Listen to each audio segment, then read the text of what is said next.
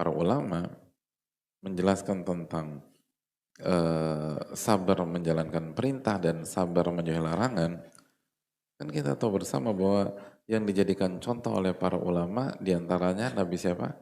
Nabi Yusuf ketika diajak untuk melakukan perbuatan yang tercela, diajak berzina,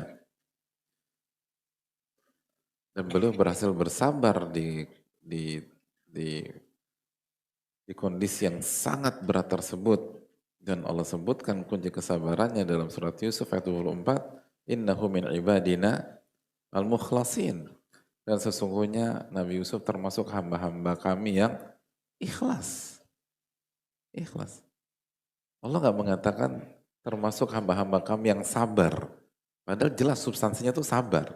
Tapi Allah langsung bicara faktor utama kesabaran beliau, ikhlas. Itu. Bahwa tujuan hidup kita mencari wajah Allah Subhanahu wa taala. Tujuan hidup kita mencari ridho Allah Subhanahu wa taala. Tujuan hidup kita inna salati wa nusuki wa mahya wa mati lillahi rabbil alamin.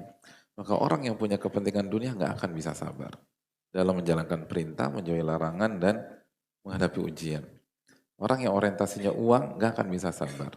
Mungkin dia bisa sabar parsial sebagaimana yang sempat kita katakan, bahwa dia bisa sabar hanya secara teknis duniawi untuk menjadi orang sukses di bidangnya, tapi menjadi manusia seutuhnya yang sabar nggak akan berhasil.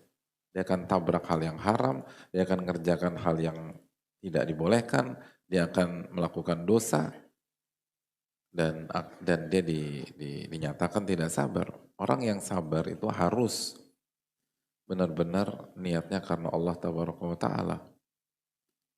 Kalau enggak akan berhasil. Lalu banyak minta sama Allah, banyak minta sama Allah, banyak minta kepada Allah. Allahumma afrik alaina sabra, ya Allah berikanlah kami kesabaran.